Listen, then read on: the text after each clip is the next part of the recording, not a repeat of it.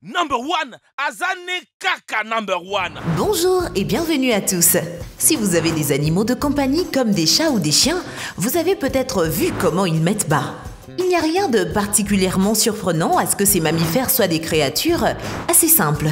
Mais tous les êtres vivants ne naissent pas de la même façon. De plus, certaines des créatures de notre planète se reproduisent de façon étrange et assez étonnante. Aujourd'hui, vous le verrez de vos propres yeux. Mais avant de nous lancer, voici la question du jour. Plus il y en a, moins ça pèse. Qu'est-ce que c'est?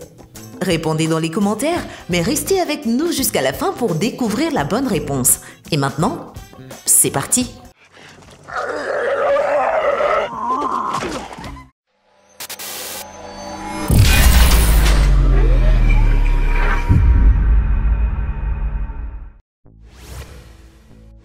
Et surtout, n'oubliez pas d'aimer et de vous abonner pour ne rater aucune de nos vidéos.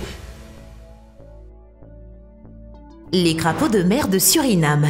Attention, si vous avez la phobie des trous, vous feriez mieux de ne pas vous asseoir trop près de l'écran. Le crapaud de mer de Suriname est une espèce d'amphibien qui vit en Amérique du Sud. Ce crapaud ressemble à une grenouille, mais il est très plat comme s'il avait été écrasé par une voiture.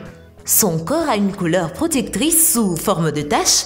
Les 4 membres du crapaud n'ont pas de membrane car ils sont conçus pour creuser des trous dans du limon. Les crapauds de mer du Suriname mangent tout ce qu'ils trouvent sur le fond, y compris les vers, les mollusques et les restes organiques. Mais le plus intéressant chez cette créature n'est pas son alimentation, mais sa façon de se reproduire.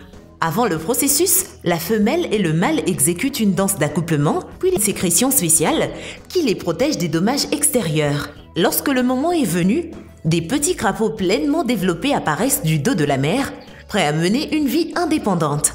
Après leur naissance, la mère perd lentement la fine couche de peau utilisée pour les transporter et peut recommencer le cycle. Les mille-pattes. Les mille-pattes sont considérées comme la pire espèce d'insectes. Et pour une bonne raison, ce ne sont pas les créatures les plus agréables. De plus, certaines espèces sont également toxiques. Les scientifiques ont répertorié environ 8000 espèces de divers mille-pattes vivant dans différentes parties du monde. Les scénaristes des films avec des monstres utilisent l'image d'un mille-pattes pour rendre leur scénario plus effrayant. Mais l'apparence n'est rien en comparaison de leur processus de reproduction. Quiconque voit cela de ses propres yeux pourrait facilement devenir horrifié et s'enfuir.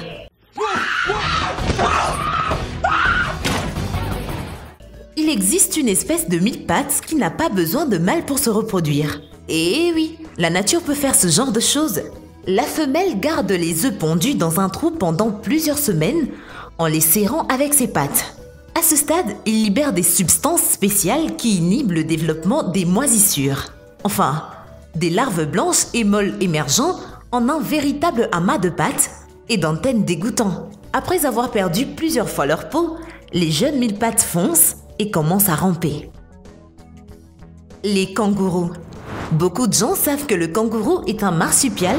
Aujourd'hui, il existe environ 69 espèces de kangourous dans le monde. Ils vivent en Australie, en Nouvelle-Guinée et dans les îles voisines. Tout le monde sait aussi que les femelles kangourous ont une poche spéciale où elles portent leurs petits. Mais tout le monde ne sait pas que la femelle a une grossesse très courte. Le petit naît environ 1 mois après la conception. Cependant, ce n'est pas un animal adulte prêt à vivre dans le monde extérieur. La taille d'un kangourou nouveau-né n'est que de quelques centimètres et il pèse environ 1 gramme. Dans cet état embryonnaire, le petit s'effraie un chemin dans la poche et le minuscule kangourou n'a pas encore de pattes arrière. Il doit donc utiliser les pattes avant. De plus, la mère ne l'aide pas. Elle lèche le chemin vers la poche où le petit commence immédiatement à téter un téton.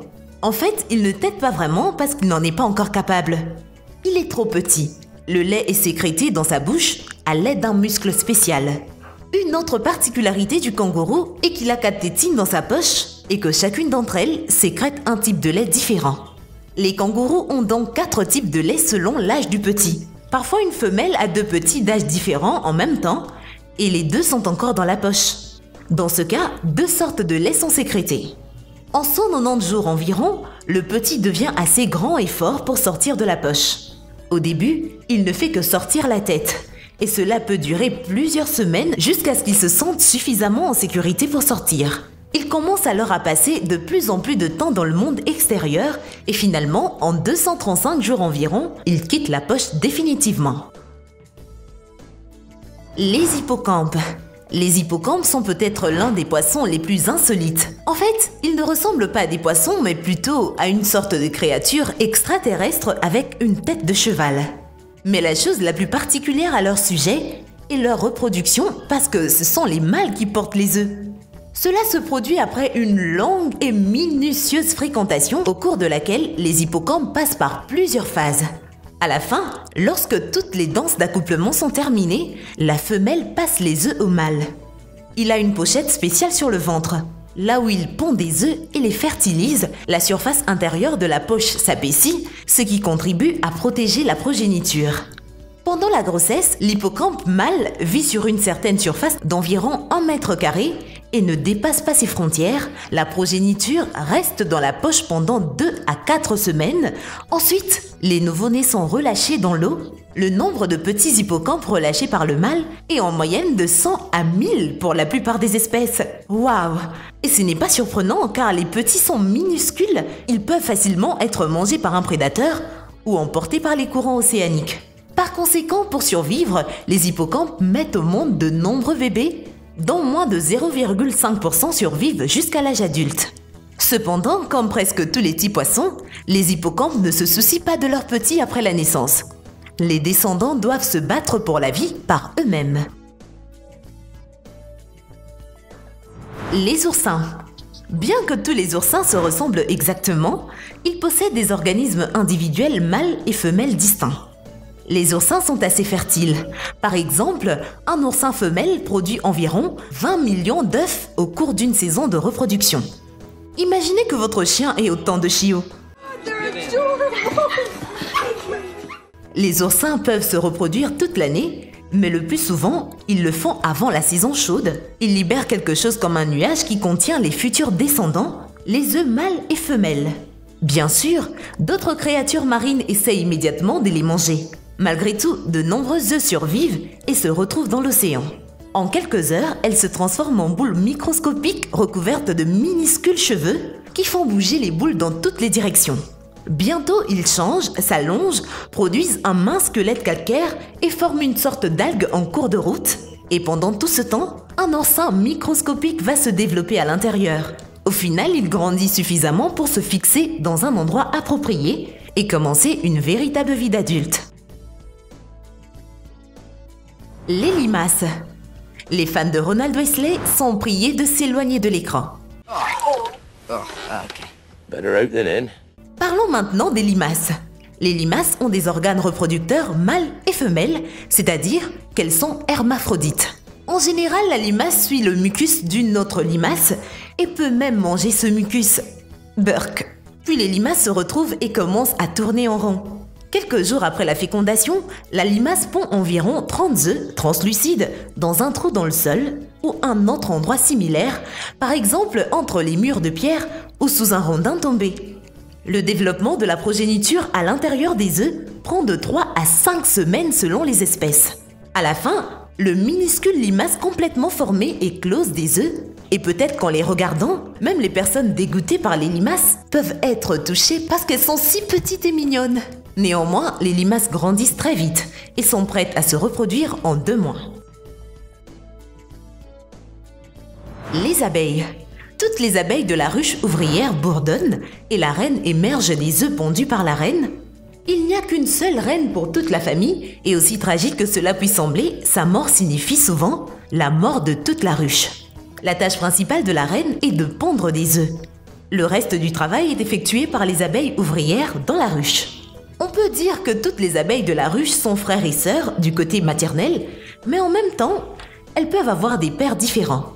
Le fait est que la reine des abeilles s'accouple généralement avec plusieurs dizaines de bourdons et utilise le matériel génétique de chacun d'eux en même temps. Malgré la différence d'élevage, le processus de naissance est le même pour toutes les espèces d'abeilles. Chaque abeille passe par 3 étapes: œuf, larve et pupe. La reine des abeilles colle un œuf au fond d'un rayon spécial. En 3 jours, les abeilles nourrissent la larve avec un mélange de pollen et de nectar. Outre sa fonction principale, ce mélange affaiblit la coquille de l'œuf et la larve en émerge. La larve se développe très rapidement. En 3 jours, sa masse corporelle augmente de 250 fois. Ensuite, les abeilles scellent les rayons avec de la cire et le stade suivant commence. La larve se transforme en chrysalide. La larve d'abeille reste sous une forme scellée pendant 12 jours, puis elle émerge à l'extérieur comme un insecte adulte. Les cichlidés. Les cichlidés africains sont des poissons qui vivent dans les grands lacs africains. Ils ont de nombreuses caractéristiques différentes, mais les cichlidés sont particulièrement intéressants car ils portent leurs œufs dans leur bouche et c'est beaucoup plus pratique que vous ne pouvez le croire. D'une part, bien sûr, il ne peut pas mettre beaucoup d'œufs dans sa bouche. D'autre part, lorsque la progéniture du poisson est dans sa bouche, il est beaucoup plus facile de la sauver des prédateurs. Dans toute situation dangereuse, les cichlidés peuvent tout simplement nager loin du danger. D'ailleurs, ils tiennent parfois dans leur bouche non seulement des œufs, mais aussi de jeunes petits. De cette façon, les cichlidés peuvent élever moins de petits avec des plus grandes chances de survie. Il faut dire que ce mode de reproduction est une caractéristique de plusieurs espèces de poissons et d'amphibiens, mais pour une raison quelconque, les cichlidés sont ceux qui sont le plus souvent mentionnés à cet égard. Et voilà, c'est tout pour la vidéo d'aujourd'hui. Nous espérons que ces découvertes vous a vraiment plu. Connaissez-vous d'autres genres de naissances incroyables dans le règne animal? Dites-nous tout dans les commentaires. Et avant de nous quitter, la réponse à la question du jour, c'est le vide. Eh bien, merci d'avoir suivi cette vidéo et surtout, n'oubliez pas d'aimer et de vous abonner pour ne rater aucune de nos vidéos. Quant à moi, je vous dis bye bye.